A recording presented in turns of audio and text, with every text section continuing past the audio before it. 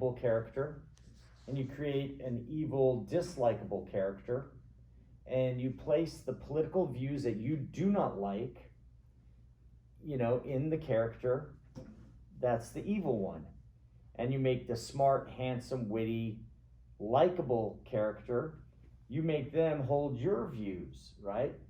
And you can watch any movie out there, I guarantee it, almost exclusively, unless it's an independently made movie, like by somebody like me, which is probably not going to go very far. Watch any movie, I guarantee it, or television show.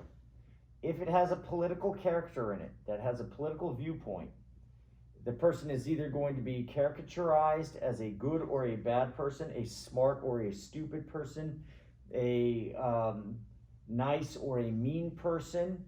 If they are nice, I will guarantee it will be a democratic, liberal worldview that they hold. If it's the nice, good person. If it's the evil person, it will be the Republican. You could almost see it exclusively. Test that out. I know I've done it myself. I do it every time I watch a movie. I'll predict it. And the running line with my wife and me is I say, I should write this stuff because it's so predictable, it's cliche.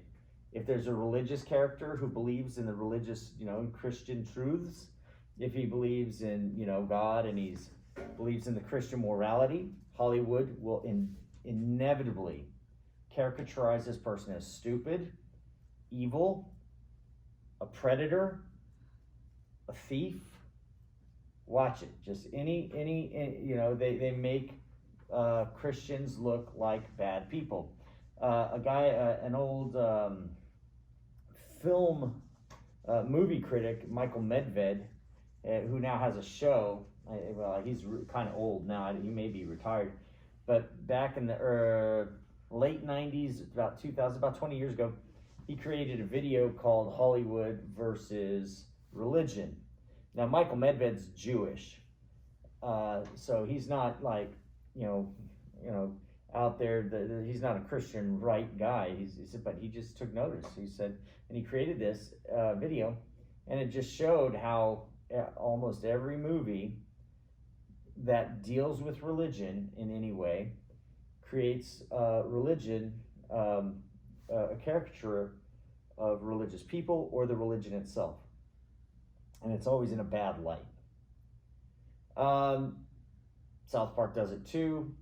And it's very easy to overlook that because South Park is at least even-handed. They poke fun at everybody, right? So you go, well, as long as you're poking fun at everybody, I can overlook that. That's kind of my theory. You just be even-handed about it. I'm not gonna, but even they're not that even-handed. South Park and Family Guy, they're not there. But you look at any other show, and that's the way it is.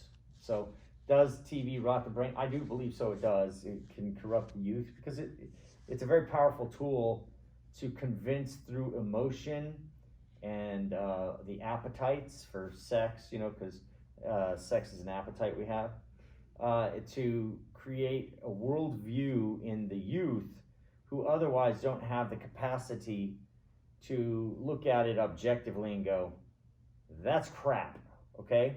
And it's especially true with the news nowadays, where the news organizations have taken on partisan approaches to the news, where the angle from which they come is not, let's just state some facts here, the bill passed, 60-22 or something like that. It's the radical Republicans forced through the bill to oppress the masses in an overwhelming vote of oppression. You see the language now that starts to be thrown in there. There's not just quantitative facts that are stated, but qualitative statements that go along with it. That the bill is bad, that it's oppressive, right? And so you get that, and CNN, that was in the 80s, CNN, the cable news network, 24-hour news cycle began. And then later on in the early 90s, Fox News was the answer to that. So you had this, Fox News was the result of Republicans going, my God, this is some bad stuff, right? And it was nowhere nearly as bad as it is now, where you got the president of the United States going, this is fake news. And then you got Twitter saying, you're not even allowed on our platform anymore, President. That's how biased it has become. So yeah, all this stuff will rot your brain, because unless you know how to just step back and go, this is bias, every bit of it. I was reading a book today on Texas government, and it is so biased, it is pathetic. You know, I mean, it's horrible. The schools are biased. We're biased. This is a Christian school, though. We come at it and say, we're a Christian school, we're biased. But you go to, U of H, they're not supposed to be biased, right? But they are. They wouldn't hire Christians if they, I know a guy got fired for his Christian faith. They wouldn't call it that, but you know how that works. Was it a U of H like that? Was that you knew that guy that got fired? What's that? Was it like, because you say you knew a guy that got fired for like being a Christian. I just said that. Huh? Was it at U? I'm asking was it at U of H? Yes. Yeah, U of H, yes. He was in the humanities department. He was ahead of like the Great Text program there, and it was doing well, but they knew he was a Christian. And I remember meeting with him because I wanted a job there with him. And he's like, looking over his shoulder, he's like, look, I just try to keep my head down and just teach it straight. I can't say a word. Don't say this too loud, guy. There's people down the hall. And that was how bad it was.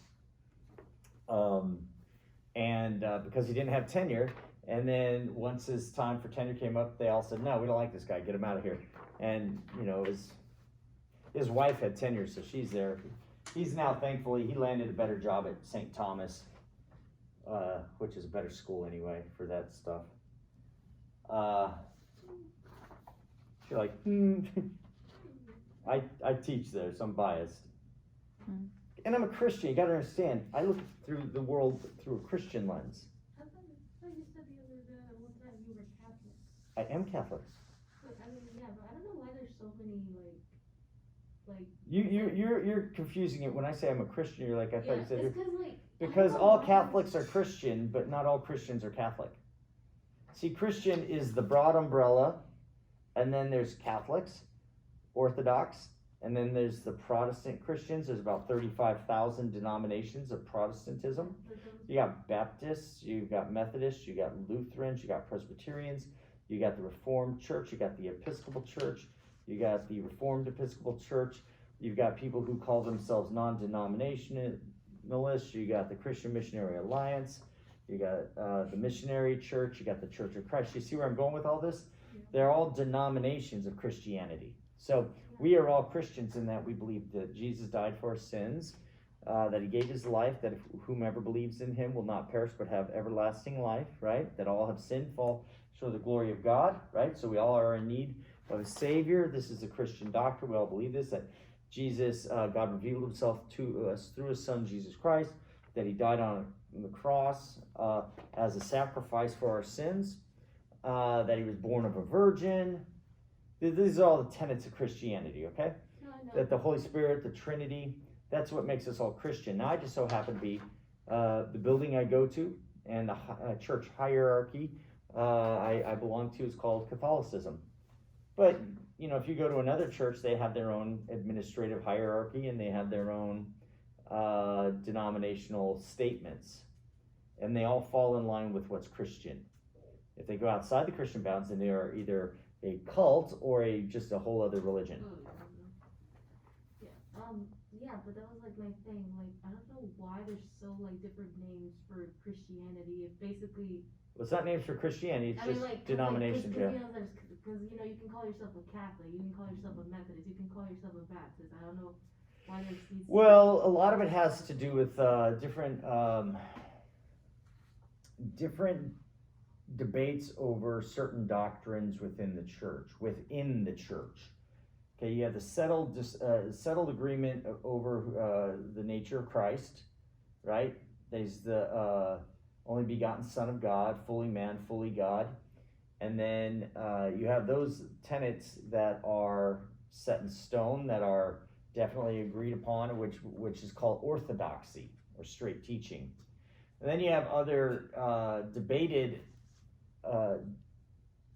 points of theology, such as predestination, and stuff like that, or things like different types of. So Catholics believe that there's the church, there's tradition, and scripture is the three sources of justification for religious belief. Protestants believe in sola scriptura, that you only can know it through the scripture. The Orthodox hold to tradition and the church and scripture, but they don't hold to the papacy, that is the hierarchy, what's called the primacy of the Pope. That is, the Pope has this special place in religious knowledge. So that's why, okay?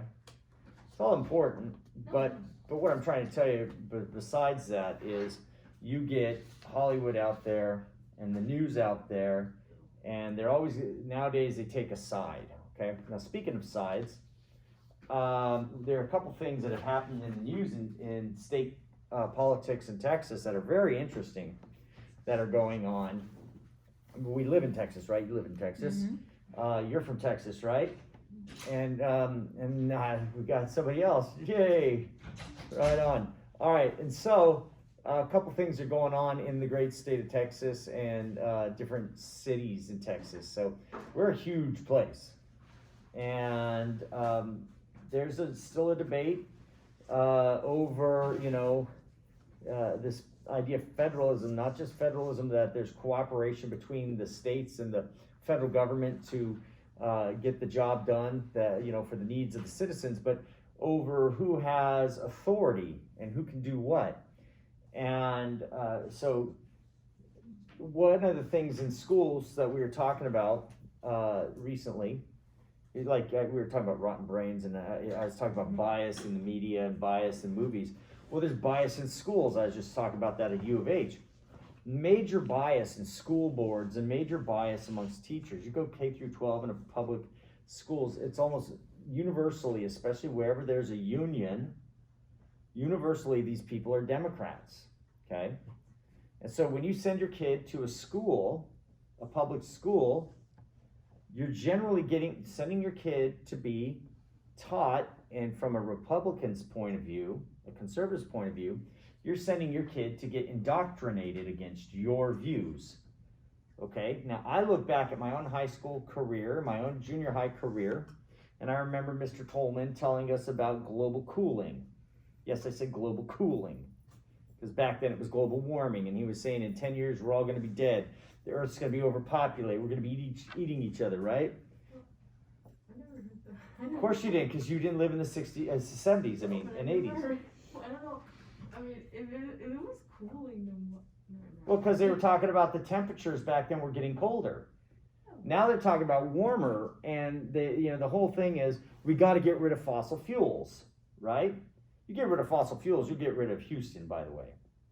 This place would be a wasteland, because this whole town, if we get rid of fossil fuels, this whole town runs off of energy, okay? That's where all our jobs come from.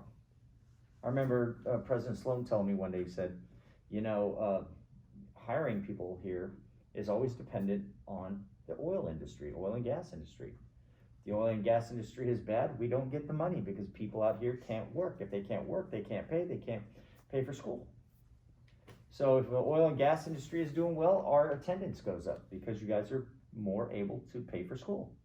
Even if you work at somewhere that is not oil and gas related, people who work in the oil and gas spend money at where you work, which keeps the business you're in business. Okay, the major business out here is oil and gas. Okay, so anyways, these school boards, they tell us, your kids what to believe about the world. So education isn't just teaching them how to read, how to write, and how to do arithmetic, the 3 R's as they used to say. Now they teach, they always taught history, but now they teach history differently, and there's been a major debate throughout our nation recently. You're shaking your head, yes. What is that debate? You're going, yeah. Well, the debate now is over critical race theory. What is critical race theory? Critical race theory is an approach to, say, history, and it's teaching that the white race has predominantly been, and to put it mildly, evil. And that we have taken over, we are invaders, that we are oppressors, and that we must basically rewrite the history to reflect the reality of who's the good guys, who's the bad guys, and we need to start and there's this thing called the 1619 Project, and so really what it does is it creates a narrative that white people are bad, okay? And that by nature, all white people are racists. And the Biden, because I almost said Obama, the Biden presidency, his office has adopted this, and there's federal money that is connected to that, so that if your school board adopts the 1619 Project, this reworking of the narrative of American history that demonizes the white race, okay, then you can get a certain amount of federal money, federal dollars, okay? So for people in the school boards going, well, we could use a new gym, we can use all these new things if we just adopt this new program. Well, what's happening here is they're paying people to take on this new worldview so that the next generation of kids, which may not be of such a big deal to you, because none of you are white, but of course to my kids, that's a big deal. Like, I want my kid being taught from kindergarten to high school through college that because he is white, he is somehow evil, okay? That's, kind of flies in the face of what Martin Luther King Jr. said when he talked about people being judged by the content of their character rather than by the color of their skin, right? Well, so there were two major elections. There were minor elections with major ramifications that took place this week and made national news. And they were over not the presidency, not being a governor, not a senator or a House member or somebody being elected in the judicial branch of some sort in Texas, right? They were school board members. School board members. Not even, and one was just down the street from me. And it was whether or not it would tip the school board, the school districts, in the favor of accepting critical race theory as part of their programs or rejecting it. And one was in Dallas and one was up the street from us. And I brought the thing. Says, so here's going back, here's the principle here. Remember earlier in the class, in the semester, I said all politics is local, that you have more power on a local level than you do on a national level, right? Voting in the presidential election, you vote to win the state of Texas so that you could send your electors, to vote for the president, right? That's not a whole lot of power. Thousands of people showed up to vote for this school board member. Your vote counts much more than 1 in millions, okay? And so it turned out opponents of critical race theory win Texas school board election. And this is a national news story. Elections over critical race theory in the Carroll School District, that's in Dallas, turned so divisive. The Department of Justice was called. Texas School Board has scored an overwhelming victory to stop critical race theory and a new cultural competence action plan from being forced into the classes. If you hear of anti-racism, do you know what that is? It sounds like, basically it sounds like, oh, I'm not a racist. I'm against people who are racist, right? Again, it's all in the definition. You say, well, what does it mean to be an anti-racist? To be an anti-racist, first you have to admit something, especially as they'll ask a white person this. Are you an anti-racist? Go, of course I am. So you believe the first thing you have to accept, though, to be an anti-racist is that racism is inherent in being white.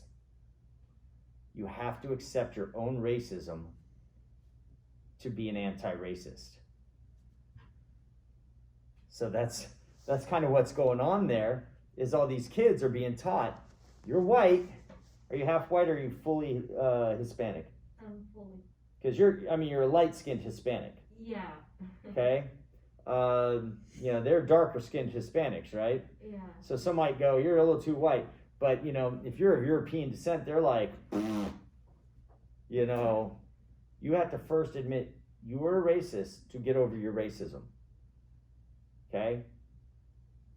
And if somebody goes, I'm not a racist, I'm not going to accept that. Well, then, when that becomes part of the curriculum and you're graded on the color of your skin and the acceptance of you being bad morally because of the color of your skin, that's very contentious. Here's another contentious thing that's gone on locally, and this is where we fight.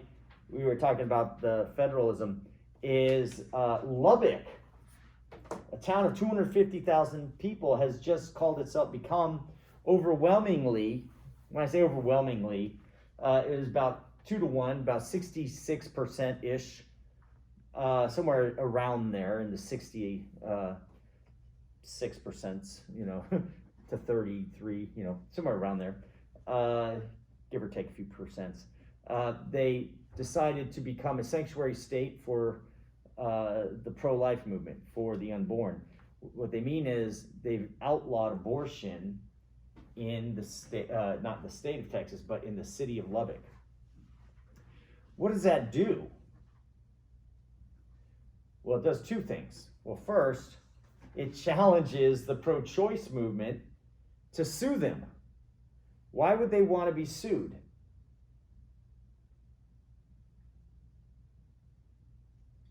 Well, it goes back to the Supreme Court. If you sue them, they have to say you cannot do this because it is unconstitutional for you to outlaw abortions, right? Mm-hmm. And U.S. Constitution, not Texas Constitution. So they take to a federal court, and of course they would argue it there, win or lose.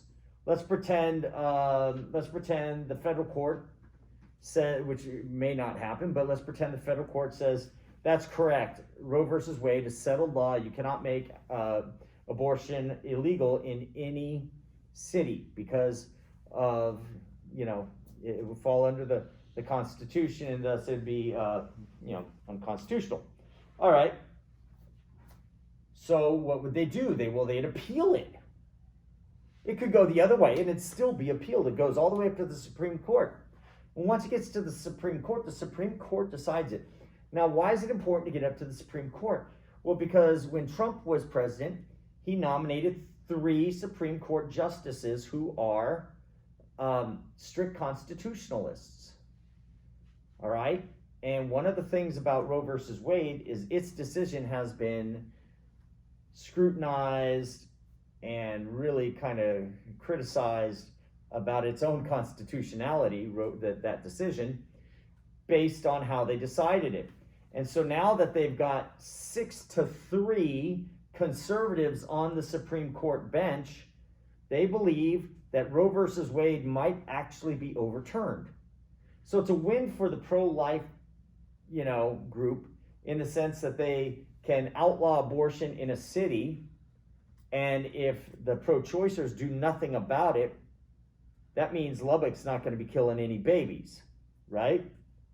On the other hand, if they sue them and it goes to the Supreme Court, there's a good chance that they will say, nope, it is perfectly constitutional for a city to make these decisions on its own, and that abortion should be up to the states, not up to the federal government. And from there, several other cities can do the same. States could outlaw abortion, cities could outlaw abortions, and there'd be a lot less babies dying. Okay? And then the pro-choice group, the pro-abortion activists, will have lost. At least abortion won't be illegal throughout America, but there will be a lot less abortion in America. like you will probably still be able to go to New Mexico, which has the highest abortions per capita. I'm sorry to say, because that's where I come from. It's a badge of shame I have to wear. But you'll still be able to go to California and Oregon and Washington and New York and get all your abortions there. Did you know they say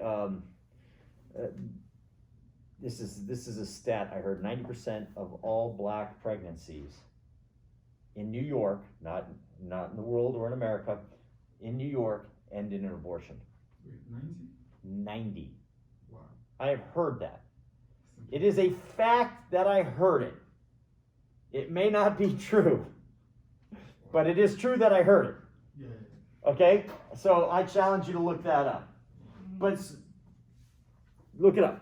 You've got the interweb in front of you. So, all right, so let's talk a little bit about, those are things happening in Texas, and that's local politics. One of the things I want to talk about, we're going to talk about the legislature today, Texas legislature just a bit, and one of the things I want to tell you about the Texas legislature is,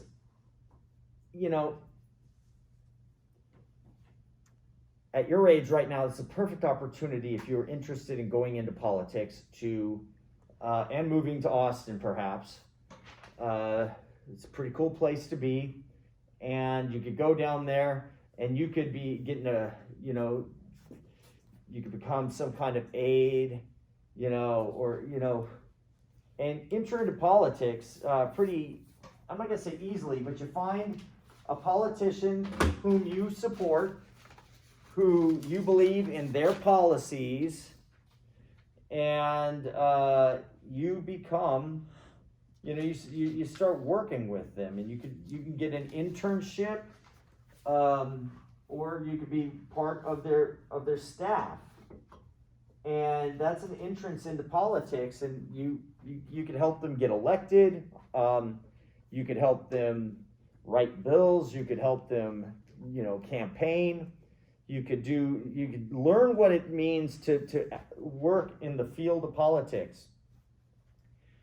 And I get from time to time emails, people saying, hey, send your students my way.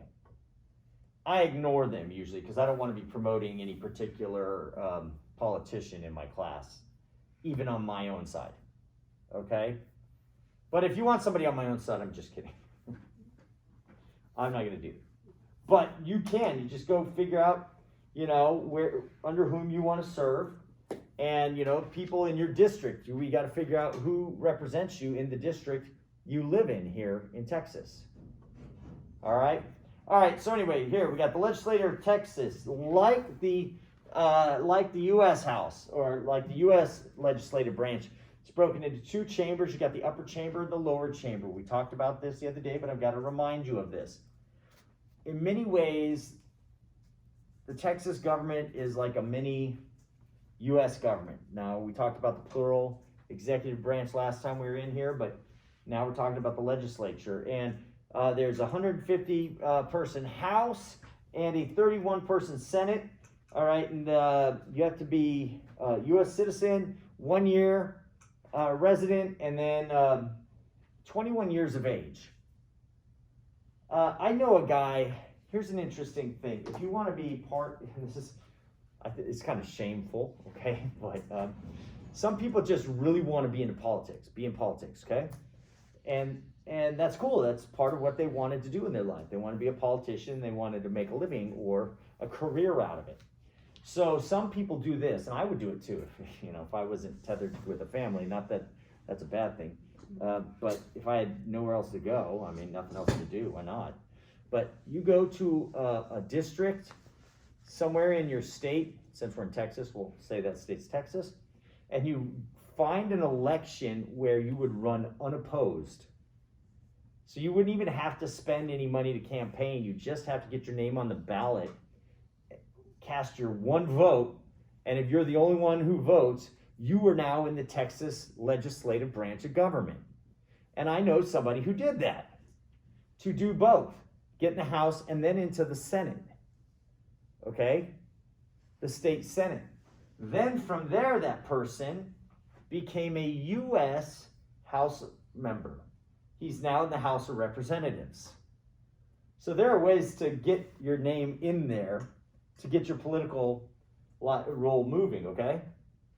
That you, like if I were to run in my district, I wouldn't win. I'd have to run against like Sarah Davis in a primary. She's highly funded. I'm not. She's got high name recognition. I don't. She's pretty. I'm not. You know, she'd win. I tried to unseat her by helping another guy in the campaign. It's getting closer. She's going to be unseated one day. But it's hard in Harris County because there's just so many people. You go out to the outskirts of somewhere in the middle of nowhere, and you go, hey, I'll run. And they're like, yeah, I'm not going to run. You go. And there you are. You're in. And you are just as much a House representative as Sarah Davis is. All right. There are 31 Senate seats. You have to be 26. Look, notice how young you can be.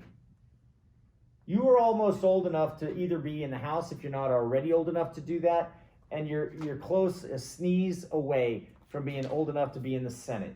And take note of and that is it. Those are your only limitations: are age, year in Texas, and your U.S. citizenship. And guess what? You don't have to have a college degree, high school diploma. Heck, you don't even have to speak English, okay? I mean, it's certainly going to help to get elected. That follows the pattern of Texas's desire to really be unoppressive in their government, okay? Put people in charge. Now, here's something that should interest you. See, Texas, I tried to emphasize this last time. Texas does not like the idea of having career politicians in charge. Texas wants servants, public servants. All right, now what would you rather have? People whose only job it is to run the government, or people who actually have to have a job outside of government to run the government? Now, there's an argument for both, and I can make them both, and I can understand them both. Go ahead. Well, I prefer them to be public servants. So that they have to have a job, they have to be able to support themselves, not by their political career, you're saying. Right. So, like, there's a guy, Doc Anderson. He's a state representative and he's in Waco. Why do they call him Doc Anderson? Because Doc Anderson just so happens to be a veterinarian by trade. That's how he makes a living. So he has his veterinarian clinic during the day, and then every year, now here's what a little test question type thing. Every 2 years, the House goes into session. The legislative branch goes into session every other year. You're like, my God, when do they ever work? They work every other year for 140 days. Okay? And how much do they make per year to be in the legislative branch of Texas? They do make some money. Okay? I think we're the lowest paid or the second lowest paid in the nation. They get $7,200 a year. Oh, Oh no. Well, it's because it's called servitude. We want to be public servants. So the reason these people do it is because they feel like they want to make a difference in Texas, not because they want to make a career out of this. So if you're trying to raise your family off of this stuff, good luck. You're not going to do it. Okay? You're not just going to go in and make a bunch of laws that affect everybody. Here's the argument against having career politicians, okay? You're not going to go make laws that apply to everybody but you, right? You're not going to go raise everybody's taxes, correct? And then it not affect you because you don't have your business, because you don't run a business, right? It's the thing about people like, in Washington, that they criticize these people for raising taxes on corporations and stuff.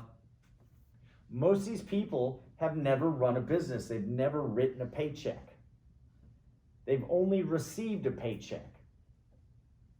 When you write paychecks, you got to pay people from the money you take in, right? And all of a sudden, when the government starts taxing you, you have less money. When you have less money, you're unable to write bigger paychecks. So it doesn't affect just the business owner. It affects the people who work for the business owner. And the business owner knows that because they're the ones writing the checks. So what do? You have to raise prices. Well, anyway, so that's kind of the thought here in Texas is, let's get rid of these career politicians who don't know how to write a check, who do not know how to do a real job, and make these people, because so that they're not making laws that affect everybody else. Well, they're this privileged class, That's the idea. Okay?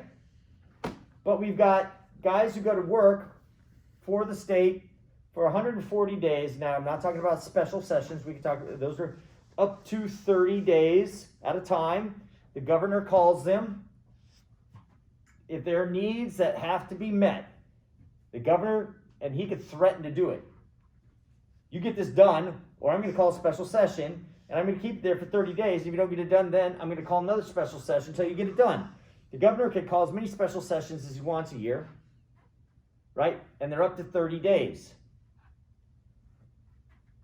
But, for the most part, the legislative branch meets only 140 days every other year. What does that mean? It means, well, it would seem to mean that not a lot gets done. All right? Is that a good or a bad thing? Both. Why is it good that not a lot gets done? Who the heck wants more laws? What does the legislative branch do? It makes laws, and what do laws do? Limit your freedom. Laws limit freedom. They tell you what you can and cannot do, whether it be you or a corporation. They also raise revenue. Well, how do they raise revenue? Taxes. That means they're going to write bills that pass into law that take your money, more of your money. Who wants that? Right? But of course, one of the problems is when they get to work every other year, about 7,000 something bills come across their desk. In 140 days, do you have time to read 7,000 bills? No. So here's the argument going the other way. Some of these guys will pass laws. Some laws in the state of Texas get passed with no debate, no reading of the legislation, proper reading of the legislation, no scrutiny of it. And so you can get laws that are quite arbitrary that get passed in the state of Texas that really, under further scrutiny, may have failed. Now, if you had a legislative branch that met more than once every other year for longer periods of time by professionals who this is their job full-time. Now, it sounds like I'm really advocating for this, right? Then they would be better at doing this. Maybe they could scrutinize a little more and get rid of some of the bad bills and maybe pass some good bills that ought to be passed or can be passed over because of this. So, look, there's an argument to be made on both hands. If you read the book that I was reading today, they're going to make an argument that they don't think that they should meet every other year. They don't think that they should be paid so low. They don't think that they should be, they're like, our state is so big now that we don't need these volunteer type, legislators. We need, full-time. And I'm like, you're so biased, I'm like, I don't think so. Because, I'm a smaller government kind of guy. I'm not a small government kind of guy. I'm just a smaller government kind of guy. I don't like so much government. I don't like people telling me what to do.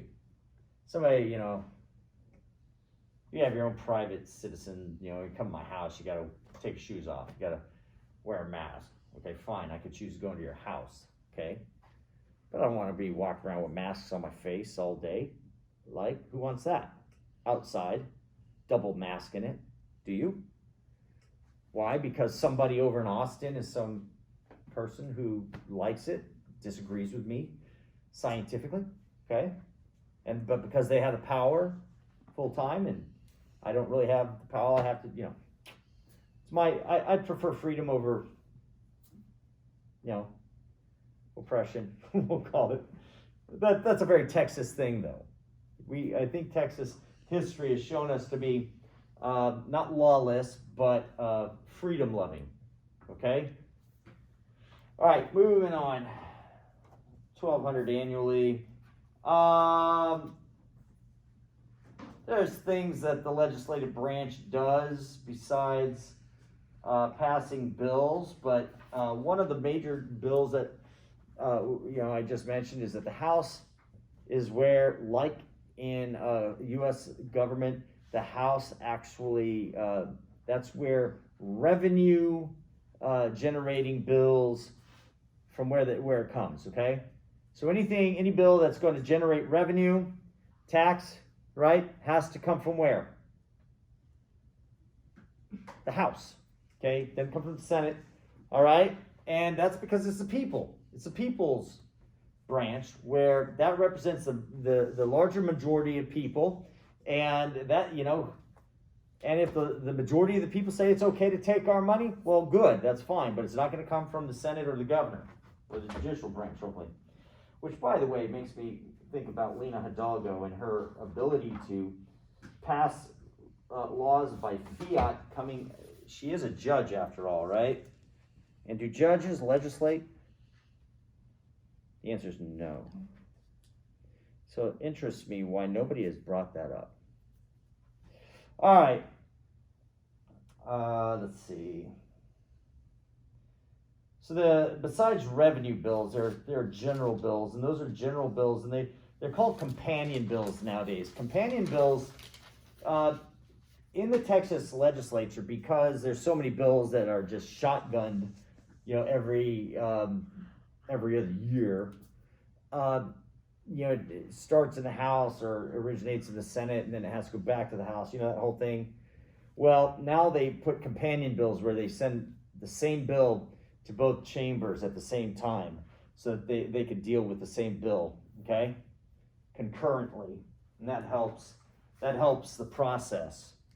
There are three classifications of bills in the Texas legislature. They're local bills, and these will affect, a local bill will affect only a county, a city, a district. It doesn't affect the whole state. So they're very specific to whom or to where that the bill affects, or where the law should take place. All right?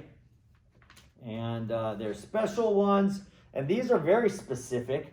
Anytime you hear special, it just means specific, right? That affect individuals or corporations. This corporation will pay this amount in taxes or something like this. Or they will, it's usually not something like we'll pay, it's actually some kind of, you get off some kind of exemption, And finally, there's the general bill that will apply to all the great state of Texans. So the bill in Lubbock, that's a local bill, right? And it's going to be specific to that area, okay? It's a local government, okay? And the local government made their law saying that Texas, here in Lubbock, Texas, there will be no abortions. It is against the law. It's a local bill. There are other sanctuary cities, I think, in Texas. One of them has to do with immigration. That's Austin, right? And I think there's another one either here or in Oklahoma. It has to do with gun rights, that it's a sanctuary city for guns. And they actually have one of those in not Los Angeles, but somewhere in Orange County. Pretty interesting. There are three types of resolutions. Now, resolutions, generally the inner workings of, the legislative branch and how they do things. You have concurrent, you have a concurrent resolution which takes place in both the House and the Senate, where they resolve to do something. A joint, which requires passage in both chambers, but not the governments. And it's usually used to amend the Constitution, okay? So the governor doesn't have really choice in the Constitution, an amendment or a joint resolution. And then finally, a simple resolution, and that just has to do with House or Senate rules, because they have rules they go by, how we're going to vote on this, who gets to speak, and all that, and that's how they deal with. They make their own rules for that. All right. Powers beyond legislation, because the legislative branch isn't just about legislation. They do have certain other powers. Okay. Electoral power, they formally count the votes and certify the votes for the governor and lieutenant governor.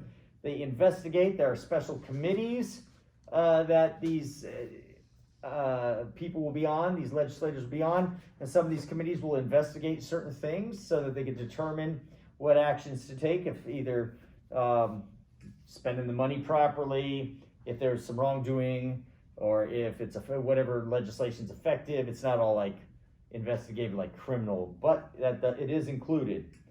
There's supervisory or directive roles that the legislative branch takes, especially in budgetary issues, making sure that the budget is followed. After all, they determine the budget, and the executive branch spends it. Okay, and then you have the judicial. They have some judicial powers. What judicial powers would the legislative branch have? The same judicial powers as the legislative branch in the U.S. government. And we went through two of these during Donald Trump's presidency. What would we call those? Impeachment. So if there's a need to remove or investigate a particular member of the branch of government, and they need to remove that person, they would have an investigation. They would go through the impeachment process of accusation and trial, and then once there's a trial, there's a sentencing, and sentencing would be removal from office, usually in impeachment. Okay, so impeachment is a political move, not necessarily a criminal move. Nobody's going to jail. It's just removal from office. After you get removed from office, you may get it, charged criminally. Okay, so Donald Trump went through two of those. That's some history, and both of them. What happened in both of them? He was impeached. He was acquitted, found not guilty. Okay, and it really showed how the system could be abused politically. And it doesn't matter what side you were on, because you could say, oh, he was acquitted because all of his, the people on the right voted for him as a partisan thing, right? Well, on the other hand, you could say, well, he was only falsely accused, because it was a partisan thing, right? The second, Donald Trump was elected, one of our... Al Green of Texas, that'd be one of our state reps, said he was going to impeach Donald Trump if he was elected. Well, what was he going to impeach him for? He didn't know, but whatever, he could find, he was going to do it. So they did. I mean, so you could call it partisan. So I think that's an abuse that the legislative branch has practiced in at least federal government. But that's one of the powers of the legislative branch. Now, that's all we're going to talk about in the legislative branch today. Let's talk a little bit about what's going to go on here in the next day or two, because the next time we meet will be the last time we meet. That's why I'd like all of you here on the last day, just because it's the last day. And that way I get to say a formal bye, goodbye. Not a goodbye like I'll never see you again, but a formal bye from the class. After that, we're going to have the final. The final is going to be online. It's going to be on not only online, but it's going to be on the day of the scheduled exam. Okay? in which you will go to that and you will take it just like you would have taken a normal one. It's just going to be a lot longer. Okay? And it's going to be in the same format that you've had before. It's going to be comprehensive. We're going to go all the way back to the beginning of the semester. You're going to be answering questions like about natural law, which is my pet, topic. The founding principles. So you're going to answer questions on that. We're going to answer the questions on, the 3 branches of government. If you were asked it before, good chance you're going to be asked it again. All right? All the videos are still up. You could go through them all. It doesn't matter. They all help. All the reading is up. There's some other videos I still want. If I have not created a quiz on it yet, anything, which there's like 3 or 4, maybe 2 or 3 lectures by now, plus the 2 videos I put up that don't have a quiz associated with them. If I don't put up another one between now and the final, which I probably will, the material will be on the final. Okay? So it's not going to be overlooked. It's just going to be on the final. And you get, you'll be able to do it the way you've done it in the past. And I think you'll all do well. And then once you do it, that's it. Your grade will pop up. You'll be able to go to Blackboard and look at all your grades. I'll have weighted all the grades. The quizzes will be lower, and the midterm and the final will have higher percentage or weighted percentage. And then there will be the attendance and participation, okay? Which those who had never showed up are going to be like, what, I have a 0 here, So anyway, that's the way it'll go, and you guys will see your grade. You'll be able to go, that is my grade, and then I'm going to get a bunch of emails. I've got a 69.5999. What can I do to make that, a non-D? Well, I've got an 89, okay? Generally, I round, okay? I'm a rounder. I round down. I'm joking. I tend to be charitable with that. If you got like 3 or 4 points away, now that's a different story. There's no rounding in that action, okay? If you're like an 84 and you want to get to a 90, I get it. I know you want that, but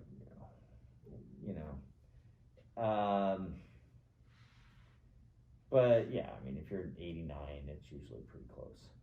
And I take into consideration your attendance, your participation, which all those present today would probably not have a problem with that, okay? Whether or not you're tardy, late to class every day. I'm picking on you, of course. No, but things are, besides that, I think it'll all work out. Are there any questions about that? So the exam is going to start at 8? Yeah. Now, don't get me wrong. I'm talking about the exam today, but, we'll talk a little bit about the judicial branch of Texas next time I meet. Yeah, we're not complete. The class as a whole still has one more class to talk about. We'll talk about. When is the exam? That's a great question. Who has the if you have the syllabus, it's on the syllabus. Okay. Has the syllabus day and time, and so at that date and at that time, the test will be made available. So we're all taking the test at the very same time. Given the nature of it, I will probably open it for that day, and you could take it all day. Yeah, whatever time. That's probably how I'm going to do it, and I'll close it at the end of the day at 11:59, because I'm not the one who has to do all the calculation of your grade. I set it up in Blackboard, so it's doing it. So, it used to be the case where I used to have a handwritten grade book years ago, and I had to enter all these grades, and I had to sit there with a calculator and do everybody's grade, and then I'd look at the grade and go, I don't like that grade. I used to hate grading because I didn't like to see students fail. And I used to have to get on the email, the computer and email students. I don't like your grade. You got to do something about it. Now I don't even see it. I don't even see your grades because, unless you guys ask me to see your grades. And that's nice. I mean, the one I took yesterday says it's still it needs grading, which means you have to see it. You know, it's weird. I'll go check it out. I don't think there's something on there that I can go through there, but I'll see what it is. I know what you're talking about. So that'll all be done. Don't worry about that. Yeah, there are any test that has any question that says you had to write something, I actually have to look at and give credit for. But it's not like, that's either you got it or you didn't get it. It's not like the essay questions that are a little more subjective. Yeah. I don't like essays. The great thing about this is you guys can't say he doesn't like my political ideas, right? Because I'm not doing the grading. You know, blame Blackboard, not me. And I don't ask you questions like that, right? There's been no real controversial. Would you agree to that? No, I mean, it point it out, and I'll get rid of it. I don't, because if you see it, let me know, because I'm like, you all know I'm biased. Because everybody is biased, and I'm somebody, and if everybody's biased and I'm somebody, that means I'm biased too. The only difference is I'm a little more open about it than others. They'll try to tell you they're not biased. Some will try to tell you they're not biased. How's that? What you thinking? You thinking class is over? No, not that. It is. No, I was just, Go ahead, say what you gotta say. no, the only thing I have to say is, oh Lord. Oh Lord, yeah, we can pray in class. This is Houston Baptist that- after all. But not that kind of oh Lord, but I'm like, kind of like this. Oof. Is it kind of like that? Yeah, like, oh Lord. Well, you can pray too if you want. Like it says, Houston Baptist, not University of Houston. Yeah, you can stop if you want.